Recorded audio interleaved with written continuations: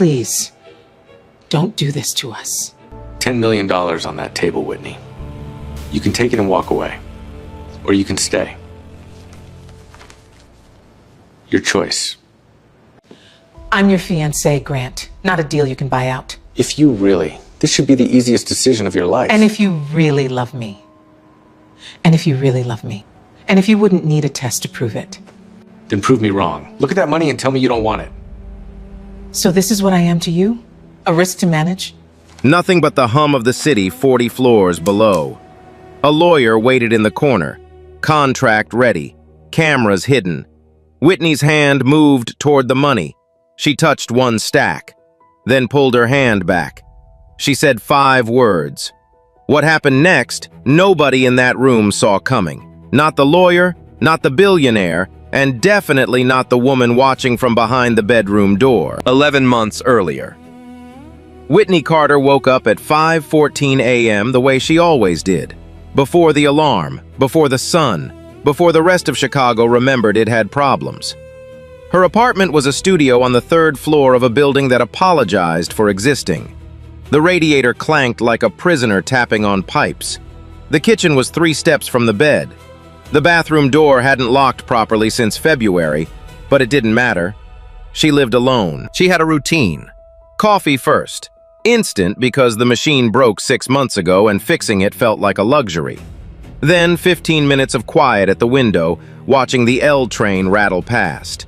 Then uniform on, badge clipped, out the door by 6. Whitney was a social worker at the South Side Family Shelter.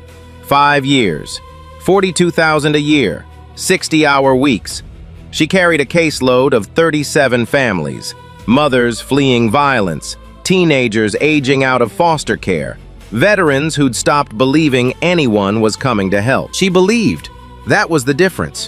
When other caseworkers burned out and transferred, Whitney stayed.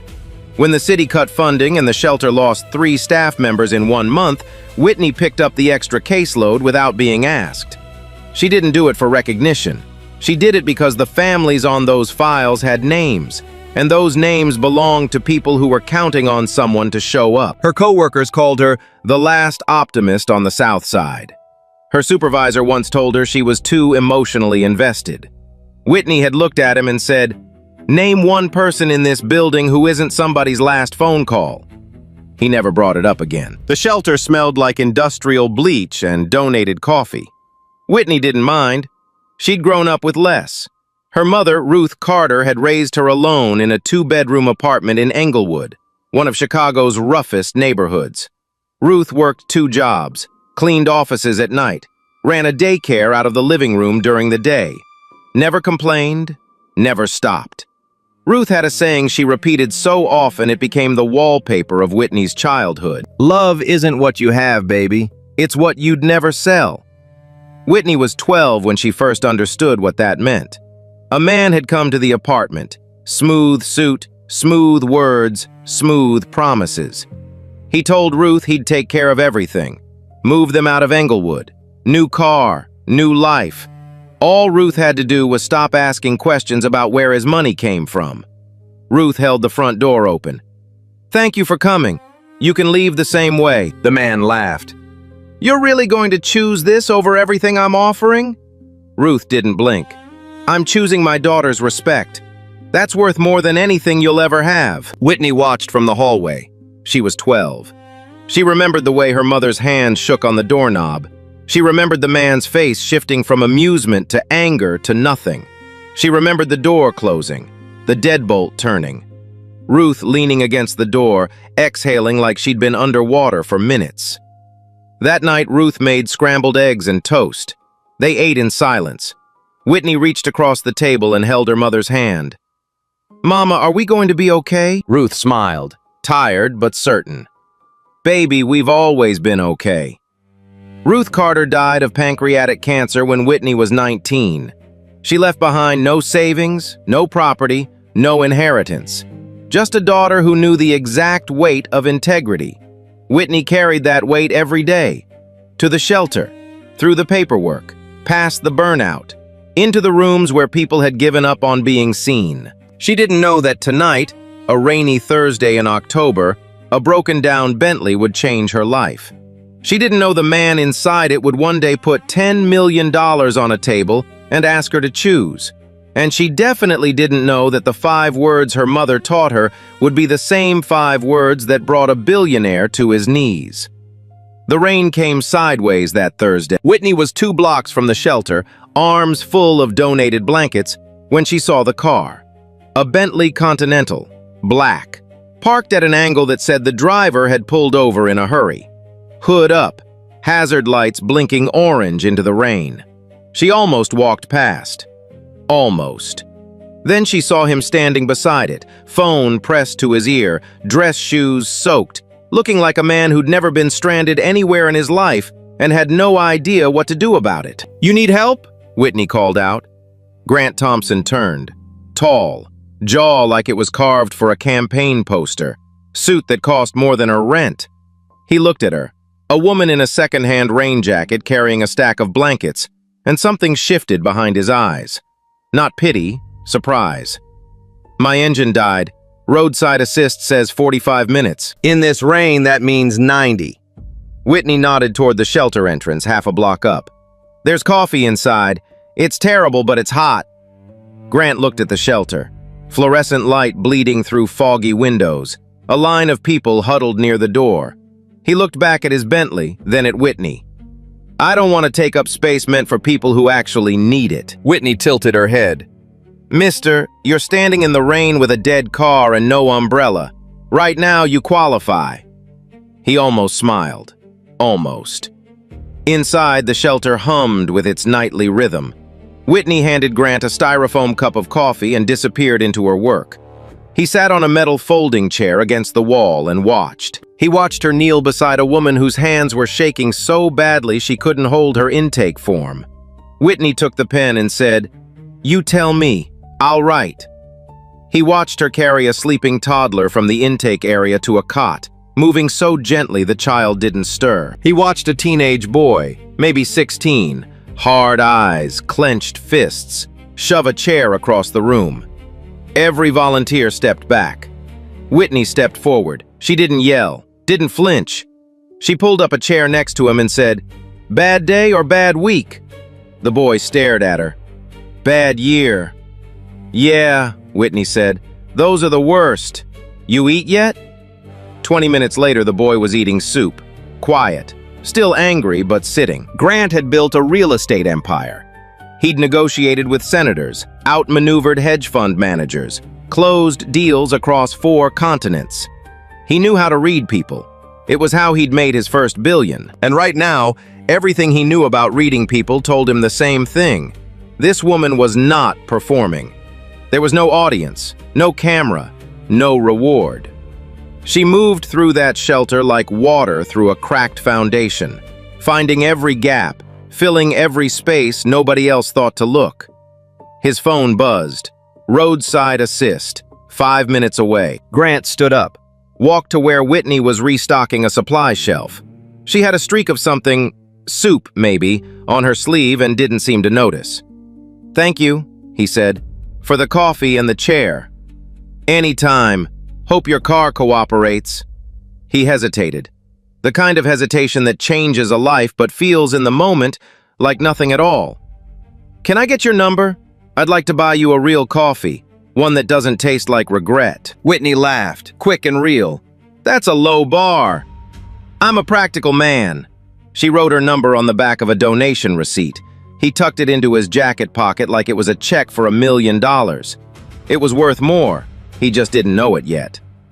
Their first date was a taco stand on Division Street. Grant had picked it on purpose. No reservations, no dress code, no valet. He wanted to see who she was when the setting couldn't impress her. Whitney showed up in jeans and a jacket she'd owned since college. She ordered 2 al pastor tacos and a horchata and didn't wait for him to pay. She slid a $10 bill across the counter before he could reach for his wallet. "I invited you," he said. "And I said yes. That doesn't mean you're buying." Grant learned something in that moment. Whitney Carter did not owe anyone anything, and she intended to keep it that way. They talked for 3 hours. Not about money, not about careers, about the things people talk about when they're actually listening. She told him about her mother's scrambled eggs, how Ruth could make $5 worth of groceries feel like a feast. He told her about his father, who built Thompson Properties from a single duplex in Milwaukee and died of a heart attack at 54, still carrying the keys to that first building in his pocket. "He never let go of where he started," Grant said. "That's not holding on," Whitney said. "That's remembering who you are." Grant looked at her across a plastic table under a string of yellow lights and felt something shift. Not in his chest, deeper. In the part of him that had learned to evaluate everyone as an asset or a liability. Whitney didn't fit either column. She was just there, present, uninterested in performing. By the second month, he told her the truth. Not gradually, all at once. Over pancakes at a diner in Lincoln Park. "I need to tell you something." He put his fork down. "My name is Grant Thompson. I own Thompson Properties. I'm worth about $4 billion. Whitney stopped chewing, stared at him, swallowed. "Okay. That's it? Okay? What do you want me to do, Grant? Cartwheel?" She took another bite. "I liked you when your car was broken and you were standing in the rain looking lost. The number on your bank account doesn't change that." He waited for the shift. The recalibration he'd seen in every woman who'd ever learned what he was worth. The eyes that softened, not from affection, but from calculation. It never came. Whitney didn't ask to see his house, didn't suggest trips, didn't hint at gifts. When he offered to pay off her student loans, $43,000, nothing to him, she looked at him like he'd insulted her. "I borrowed that money. I'll pay it back. That's how it works." It doesn't have to be. It does for me. 6 months in, Grant flew her to a weekend cabin in Michigan. Nothing extravagant. A fireplace, a lake, a bag of groceries. Whitney cooked. Grant washed dishes. They sat on the porch and listened to the loons. On the last morning, he got down on one knee on that porch. The ring was simple, a solitaire on a thin gold band. He'd bought it himself, no assistant, no jeweler on call. He wanted this one thing to come only from him. "Whitney Carter, will you?" "Yes." "I didn't finish." "You didn't need to." She kissed him. He slid the ring on her finger. It fit perfectly, and neither of them thought about what it cost. That was the last uncomplicated moment they would have for a very long time. Because 3 days later, Whitney Carter walked into Eleanor Thompson's dining room, and everything began to fall apart. Eleanor Thompson lived in a lakefront mansion in Winnetka that had been in the family for 3 generations. Crystal chandeliers, oil portraits, a dining table that seated 22 and had never welcomed anyone who didn't belong to the right zip code. Whitney walked in wearing a navy dress she'd bought at a consignment shop. She'd spent an hour picking it out. She looked beautiful. She looked like she was trying. And in Eleanor's world, trying was the first sign of not belonging. "So," Eleanor set down her wine glass without drinking, "you work at a shelter?" "Yes, ma'am. The Southside Family Shelter." "And you met my son when his car broke down in that neighborhood?" "Yes." Eleanor's smile was the kind that arrived without warmth. "How fortunate. For you." Grant squeezed Whitney's hand under the table. Whitney squeezed back, but she felt it. The temperature in the room, dropping degree by degree. Dinner was served by staff in white gloves. Rack of lamb. Roasted vegetables from a garden Whitney could see through the window. Eleanor asked questions the way a prosecutor cross-examines a witness. "Where did you attend university, dear?" "Chicago State." "Public school?" Eleanor nodded slowly, as if filing it. "And your parents?" "My mother raised me alone. She passed when I was 19. "I'm sorry to hear that. And your father?" "I never knew him." Eleanor's fork paused mid-air. She looked at Grant. The look said everything her mouth was too polished to say. "This is what you're bringing into our family?" Grant's older sister, Carolyn, sat at the far end of the table texting. She didn't look up once. She didn't need to. Her silence was its own verdict. But the real danger wasn't Eleanor. Not yet. It was Victoria Hayes. Victoria arrived after dessert, as if she'd been waiting in the wings. Blonde, tall, old money ease in every step. She'd dated Grant for 2 years before he ended it. Her father's company partnered with Thompson Properties on 3 major developments. She was, in Eleanor's words, the one who understood our world. "Whitney!" Victoria kissed both her cheeks. "I've heard so much about you. Grant wouldn't stop talking about his little shelter angel." Whitney smiled. "That's sweet of him. So what's it like? Working with, the less fortunate." Victoria tilted her head like she was asking about a safari. "I could never. I'd be so depressed." "You get used to it," Whitney said evenly. "You just focus on the people, not the conditions." "That's so brave." Victoria touched Whitney's arm. "I donated $10,000 to a homeless charity last year. It felt amazing." Whitney said nothing, but her jaw tightened. She'd spent the last 3 years watching real people lose real homes, and this woman was treating poverty like a TED Talk she'd watched once on a plane. "You should come visit the shelter sometime," Whitney said. "See what it's actually like." Victoria's smile flickered. "Oh, I'd love to. Let me check my calendar." She never checked her calendar. Later that night, in the car home, Grant said, "That wasn't so bad." Whitney stared out the window. "Your mother looked at me like I was an item on a menu she didn't order. She's like that with everyone." "No, Grant, she's not." Silence filled the car. Grant gripped the steering wheel. He wanted to argue. He wanted to say his mother would come around. But the part of him that could read people, the part that had built an empire, knew Whitney was right. He just wasn't ready to admit it yet. The next morning, Eleanor made her first phone call. I need a full background check. Whitney Carter, Southside Family Shelter, Chicago State graduate, grew up in Englewood. She paused. "And find anything. Tax issues, old debts, ex-boyfriends, arrests, anything." The investigator on the other end asked, "How deep do you want me to go?" Eleanor's voice was ice. "Deep enough to bury her." That same morning, Victoria sent Grant a text. Casual, friendly, like a match being struck near gasoline. Your girl is sweet, G. "Really? But do you ever wonder if she'd still be there without the black card? Just asking as a friend." Grant read the text. He didn't reply, but he didn't delete it either. And that text, those 32 words, began to eat a hole in everything he thought he knew about the woman he loved. The background check landed on Eleanor's desk on a Tuesday. 43 pages, professional binding, gold-embossed logo of the investigation firm. It found nothing. No criminal record. No tax evasion, no secret debts, no ex-boyfriends with restraining orders, no lawsuits, no hidden social media accounts. Whitney Carter was exactly who she appeared to be.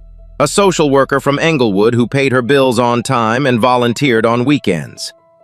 Eleanor read it twice, then called the investigator. "This can't be everything." "Mrs. Thompson, we went back 15 years. She's clean." "Nobody's clean.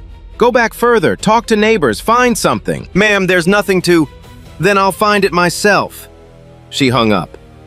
Sat in her study for 20 minutes, tapping one manicured nail against the desk. Then did something far more dangerous than hiring an investigator. She decided to manufacture the evidence herself. It started small. Eleanor invited Whitney to lunch at a boutique on Michigan Avenue. "Just us girls," she said. "I want to know you better." Whitney hesitated but went. She thought maybe this was Eleanor trying. The boutique was the kind of place where nothing had a visible price tag. Eleanor picked up dresses, handbags, scarves, holding each one against Whitney like she was dressing a doll. "This would look stunning on you. Try it on." "It's beautiful, but I can't." "Nonsense. Let me treat you. Consider it a welcome gift." Whitney tried on one dress to be polite. It fit like it was made for her. She looked in the mirror and felt something she hadn't felt in a long time. Beautiful in a way that money could buy. Then she took it off, hung it back on the rack. "Thank you, Eleanor, really, but I wouldn't feel right." She walked to a small display near the register, picked up a simple silk scarf, lavender, $32. "I'll take this one," Whitney said. "For Mrs. Patterson at the shelter. She's turning 80 next week." Whitney paid with her own debit card. Eleanor watched, said nothing, smiled the kind of smile that plans its next move. That evening, Eleanor called Grant. We had a wonderful time today. But I have to be honest with you, sweetheart. Her voice dripped with rehearsed concern. She spent quite a bit. I didn't want to say anything, but she seemed very comfortable with expensive things. The way she touched those dresses, the way she looked at herself in the mirror, like she was already spending your money in her head. What did she buy? Does it matter? It's the appetite, Grant. I've seen it before. It starts with dresses, then it's jewelry, then it's accounts. Grant said nothing, but the silence was louder than any argument. Eleanor pressed harder. I'm not saying she's a bad person. I'm saying, be careful. You have a responsibility. To this family. To your father's legacy. She knew exactly which button to press. Grant's father. The one subject that bypassed every rational circuit in his brain. 2 days later, Victoria's play. She forwarded Grant a photo. Whitney stepping out of a designer store on Oak Street, shopping bag in hand. The angle was perfect. The context was missing. What the photo didn't show, Whitney had gone in to return the scarf. Mrs. Patterson had passed away the night before her birthday. Whitney returned it and walked out with nothing but her receipt and tears running down her face. Grant stared at the photo. Victoria's caption, "Living her best life on your dime? Just looking out for you, G." He zoomed in. The bag, the storefront, the way Whitney walked like she owned the sidewalk. He didn't call Whitney to ask. He didn't check the credit card statements that would have shown 0 purchases. He didn't do any of the things a man who reads people for a living should have done. Instead, he started his own tests. He left his wallet on the kitchen counter. Open. Cards visible. Whitney moved it to the drawer and said, "You're going to lose this." He left a check for $50,000 on the nightstand. Unsigned but visible. Whitney put a coaster on top of it and set her water glass down. He logged into his bank account on her laptop and left it open. Whitney closed the browser and Googled best soup recipes for shelters. 3 tests. 3 perfect answers. And still, Grant couldn't stop the voice in his head. His mother's voice, Victoria's voice, the voice that whispered through every quiet moment. Nobody is this good. Not without a reason. That voice was about to cost him everything. Whitney noticed it on a Wednesday. Grant was standing at the kitchen island, scrolling through his phone, and when she walked in, he turned the screen away. Quick, instinctive. The way you hide something you're not ready to explain. "Who was that?" she asked. Light, casual, testing the air. "Work. At 11 at night?" "Real estate doesn't sleep, Whit." She let it go. But she filed it. The way she filed intake reports at the shelter. Quietly, carefully, waiting for the pattern to emerge. The pattern came fast. He stopped reaching for her hand in public. He started checking his phone during dinner. He asked questions that used to be curiosity, but now felt like cross-examination. "Did you go anywhere today?" "The shelter, then groceries." "Where'd you grocery shop?" "Mariano's, same as always, why?" "Just asking." He wasn't just asking, and they both knew it. Whitney started finding small things. A receipt from a jewelry store she'd never been to, left on the counter where she couldn't miss it. A brochure for a luxury vacation pinned to the fridge. Breadcrumbs, designed to see if she'd bite. She didn't touch any of them, but each one stung, not because of what they were, but because of what they meant. The man she loved was building a trap out of trust, one crumb at a time. The first real fight came on a Saturday night. They were on the couch. A movie was playing. Neither of them was watching. Grant said it like he was asking about the weather. "If I lost everything tomorrow, the company, the houses, the money, would you still be here?" Whitney turned to look at him. "What kind of question is that?" "A simple one." "No, it's not." She sat up. "You're asking me to audition for something I already have. I'm your fiancé, Grant. I said yes when you were kneeling on a porch in Michigan, not in a boardroom. People change when circumstances change." "What people? What circumstances?" Her voice rose, not anger, hurt. The kind of hurt that comes from being doubted by the one person you trusted completely. "Have I ever even once, ask you for anything? Grant opened his mouth. Closed it. Because the honest answer was no, she hadn't, not once. And somehow that made it worse, because Eleanor's voice was in his ear. Nobody is this selfless. She's playing the long game. I just need to know where we stand, he said. We stand where we've always stood. The question is why you keep trying to move the ground. Whitney slept on her side of the bed that night, close enough to touch, far enough to mean something.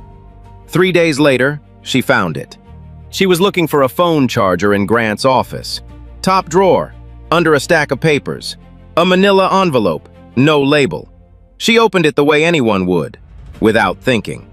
43 pages, her name on every one, her address history, her mother's death certificate, her college transcript, her credit score, employment records going back to her first job at 17, cashier at a Walgreens on 63rd Street. Whitney read the first 3 pages standing up.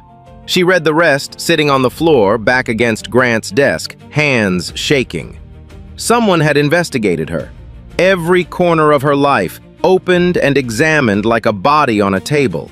And the only person with the resources and the motive was sitting in a lakefront mansion in Winnetka, probably drinking Chablis. Whitney's first instinct was to leave, pack a bag, take the L train back to her old neighborhood, and disappear into the life she understood. She was halfway to the closet when she felt it. A wave of nausea. Sharp, sudden. She barely made it to the bathroom. She'd been ignoring the signs for 2 weeks. The exhaustion she blamed on work. The nausea she blamed on stress.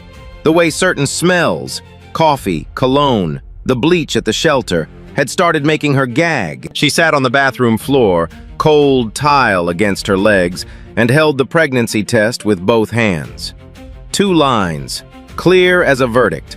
Whitney Carter was carrying Grant Thompson's child. And in that moment, on that floor, she made a decision that would define everything that followed. She would not tell him. Not because she didn't want to, but because she refused, with every fiber of Ruth Carter's daughter, to let a baby become a bargaining chip. She would not be the woman who used a pregnancy to secure a seat at a table she never asked to sit at. If Grant wanted her, he'd have to want her as she was, empty-handed, unproven, enough. And if he didn't, she and her child would survive, the way Carter women always had. Eleanor called on a Sunday morning. Grant was alone. Whitney had gone to the shelter early.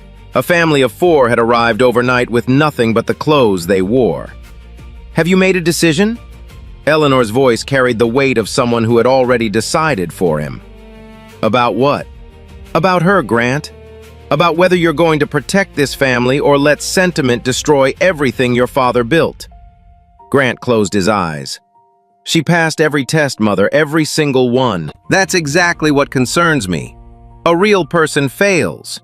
A real person slips. The fact that she hasn't, that's not innocence, sweetheart, that's skill. The logic was insane, and yet it landed. Because Grant was exhausted. Months of watching, testing, doubting.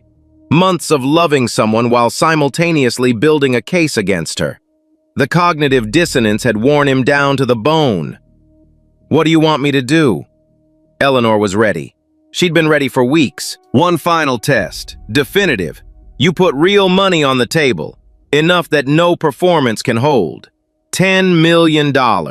Cash. You offer her a clean exit. If she takes it, you'll know what she is. If she doesn't, Eleanor paused. Then I'll welcome her into this family myself, with open arms. And if I don't do this, then you'll spend the rest of your life wondering, and so will I. Grant stared at the ceiling of his penthouse. The same ceiling Whitney had looked at the first time she stayed over, laughing about how it was bigger than her entire apartment. He remembered her laugh, the way it filled rooms that cost millions and made them feel like home. Fine, he said. One test, and then this is over. One test, Eleanor agreed. I'll have the lawyer draw up the contract. Grant hung up. His hands were shaking. He walked to the bathroom, gripped the edge of the sink, and looked at himself in the mirror. The man staring back looked like someone he wouldn't do business with. He splashed cold water on his face, gripped the marble counter until his knuckles turned white. Somewhere deep in his chest, a voice that sounded nothing like Eleanor's whispered, "You know who she is. You've always known." He ignored it, the way he'd been ignoring it for months. He spent the next 3 days pretending everything was normal. He kissed Whitney good morning. He asked about her day. He lay next to her at night, listening to her breathe, knowing what was coming. On Wednesday, he told Whitney he needed to discuss something important at the penthouse. His voice was steady. His stomach was in knots. "Sounds serious," she said. "It is." She wore the navy dress from the first dinner at Eleanor's. She didn't know why she chose it. Maybe some part of her already understood she was walking into a trial. The penthouse was different, quieter. The artwork had been removed from the main room, the furniture pushed to the walls. In the center, a glass table. On the table, a black leather briefcase. A man in a gray suit sat in the corner. Whitney had never seen him before. "Who's that?" she asked. "My attorney." "Why do you need an attorney to talk to your fiancée?" Grant didn't answer. He walked to the table and opened the briefcase. The latches clicked like a judge's gavel. Inside, stacked in neat rows, bundled in bank bands, $10 million. The light from the windows caught the bills. They almost glowed. Whitney stared. Not at the money, at Grant. At the distance between who he used to be and who was standing in front of her now. "What is this?" she whispered. "A choice." Grant's voice cracked on the word, but he pushed through. $10 million. You can take it and walk away, or you can stay. No questions asked either way. "No questions asked," Whitney repeated. "You have a lawyer. You have a contract. You have $10 million in a briefcase, and you're telling me no questions asked?" She stepped closer to the table, looked at the contract, picked it up, read the first page. Termination of engagement, financial settlement, non-disclosure clause, non-contact clause. "This says I can never speak to you again." "Only if you take the money." "And if I stay?" "Then this goes away, all of it." Whitney set the contract down. Her hands were steady. Her eyes were not. "Who wrote this, Grant? Because this doesn't sound like you. This sounds like someone who's been whispering in your ear for months." Grant flinched. A small, involuntary crack in the performance. "It doesn't matter who. It matters to me. Because 6 months ago, you got on your knees on a porch in Michigan and asked me to be your wife. And now you're standing in a penthouse asking me to name my price." The lawyer shifted in his chair. The pen in his hand had stopped moving. The city hummed 40 floors below. The clock on the wall counted seconds that felt like hours. The briefcase sat open, $10 million catching the dying light, waiting for someone to reach in and change the story. Nobody moved. Nobody spoke. Until Whitney did. Whitney looked at the money for a long time. Not the way Eleanor had predicted.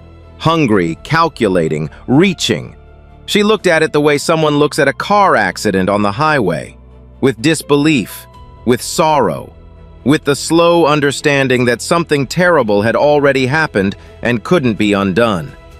She picked up a single stack of bills, held it, turned it over in her hands. The paper was crisp, fresh from the bank. It smelled like ink and cotton and decisions made in rooms where people like her were never invited. Then she set it back down, gently, like returning a baby bird to its nest. "Can I ask you something?" Her voice was quiet, not weak, quiet the way a river is quiet before the current pulls you under. Grant nodded.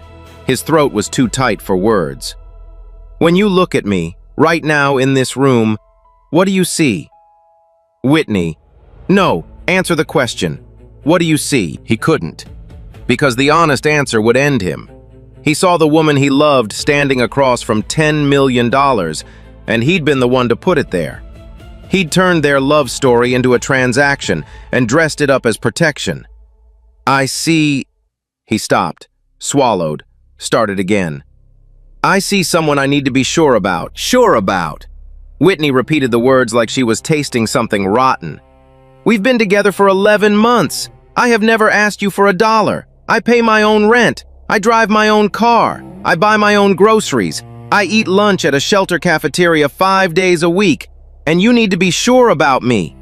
She wasn't yelling, that's what made it worse. Every word landed like a stone dropped into still water. Precise. Irreversible. "Your mother paid someone to investigate my life. 43 pages, Grant. I found them in your desk." The color drained from his face. "How did you—" "Top drawer. Under a stack of papers you thought I'd never touch." She laughed. One short breath that carried no humor at all. 43 pages. And you know what they found? Nothing. Because there's nothing to find. I am exactly who I've always been. The same woman who gave you coffee when your car died in the rain. The lawyer looked at Grant. Grant didn't look back. His eyes were fixed on a point somewhere past Whitney's shoulder, the place where certainty used to live before his mother dismantled it brick by brick. Whitney stepped forward, not toward the money, toward him. "Your mother wants me gone. Victoria wants me gone. Half your friends have never looked me in the eye. And now you, the one person in this entire world I trusted with everything I am, you're standing here with a briefcase full of cash asking me to put a number on what we have." Her voice broke. Just once. Just enough for Grant to hear the sound of a heart making its final calculation. "I know about this baby, Grant." The room stopped. "What?" "I'm pregnant. 8 weeks." She placed her hand flat on her stomach. The gesture was small. The weight of it was enormous. "I've known for 10 days, and I didn't tell you. Do you want to know why?" Grant couldn't move. The word pregnant was still ricocheting inside his skull like a bullet in a closed room. "Because I knew that if I told you, you'd never be sure. You'd spend the rest of your life wondering if I stayed for the money, if I used this baby to trap you, if I was playing the long game your mother keeps warning you about."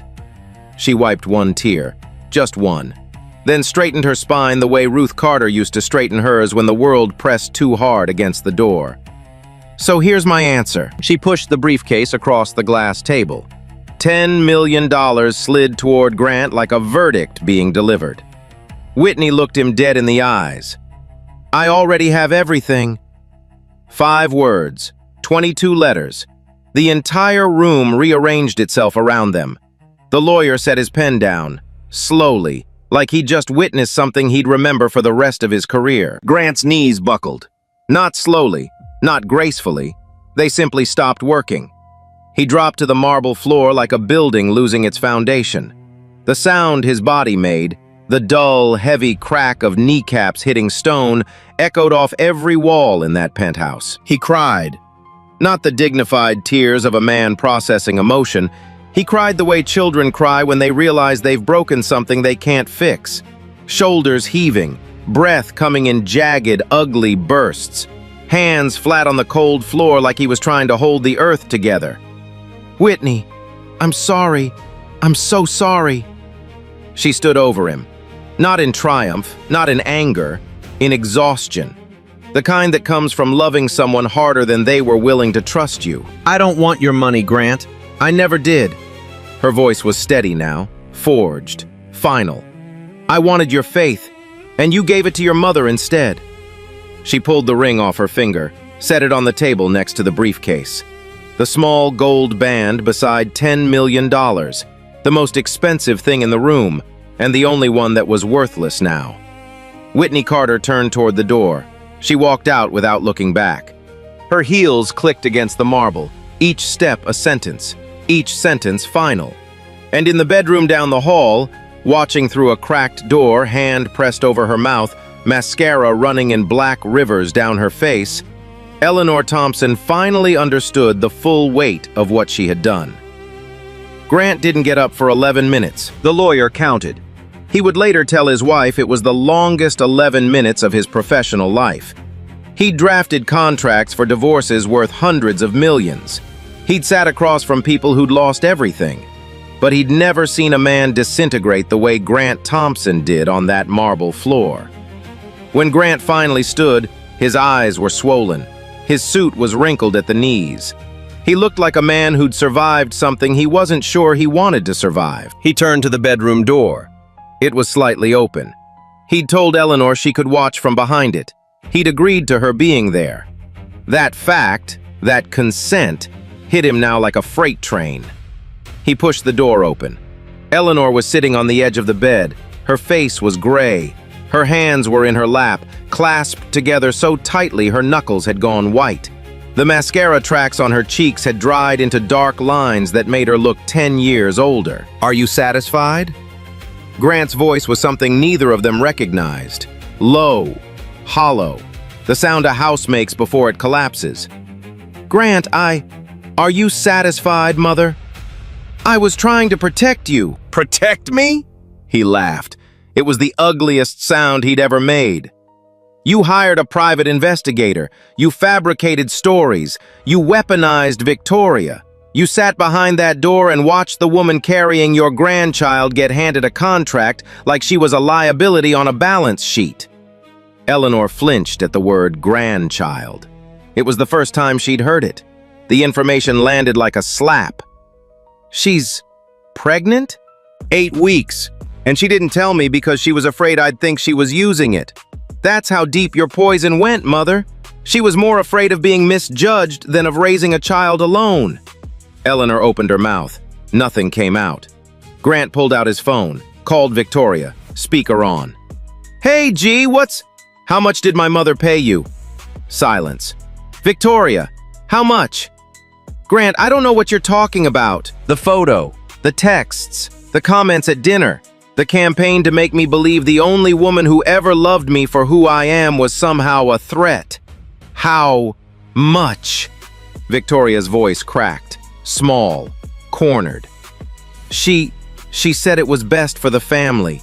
She said Whitney wasn't right for you. She offered to introduce my father's company to the Asian development deal if you helped destroy my relationship. I didn't think it would go this far. Grant hung up. He looked at his mother. I'm going to find Whitney, and when I do, I'm going to spend the rest of my life earning back what you helped me throw away.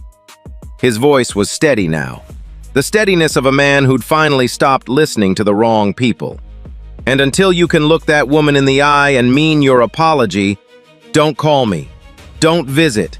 Don't send gifts for a grandchild you tried to erase before you even knew they existed. Eleanor's chin trembled.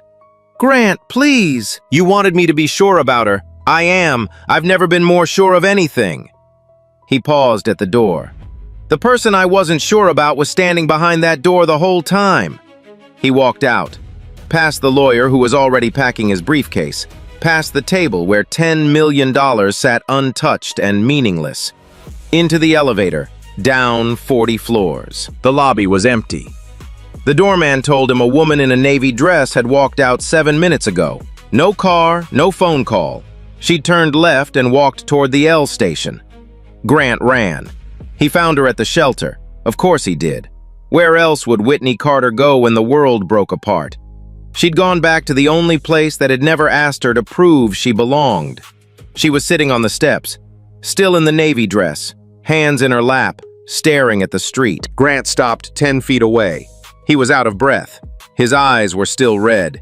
He held nothing in his hands. No flowers, no gifts, no briefcase. Just the ring. The original ring. The one from the porch in Michigan. I'm not asking you to forgive me, he said. I'm asking you to let me try. Whitney looked at him. A long, long look. The kind that weighs a man's entire soul on a scale and decides whether it's worth carrying. She didn't say yes. She didn't say no. She moved over. Just enough. Made room on the step. And Grant Thompson sat down next to the woman he almost lost, on the concrete steps of a homeless shelter, with nothing between them but the truth. 2 years later, Whitney Carter still worked at the Southside Family Shelter. Same desk, same caseload, same terrible coffee. She'd been offered a corner office at the Thompson Foundation 6 times. She declined 6 times. That's your world, she told Grant. This is mine. Grant didn't argue. He'd learned the cost of trying to move Whitney Carter from where she chose to stand.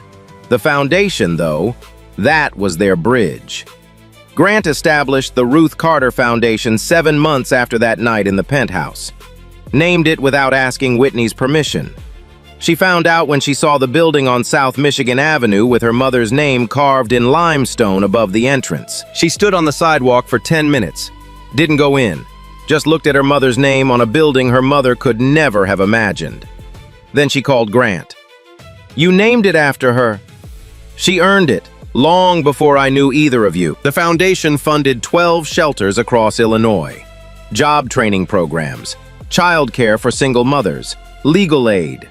Every program Whitney had spent years wishing she could offer, but never had the budget for. Now, she had the budget. She just didn't sign the checks. Their daughter was born in April. They named her Ruth, 7 pounds, 4 ounces. She had Whitney's eyes and Grant's stubbornness, and a grandmother in Winnetka who was learning, slowly, painfully, how to deserve her. Eleanor volunteered at the shelter every Thursday. Not because Grant required it, because 6 months after that night, she'd driven to the South Side alone, walked in, and asked Whitney what she could do to help. Whitney had handed her a mop. Eleanor took it.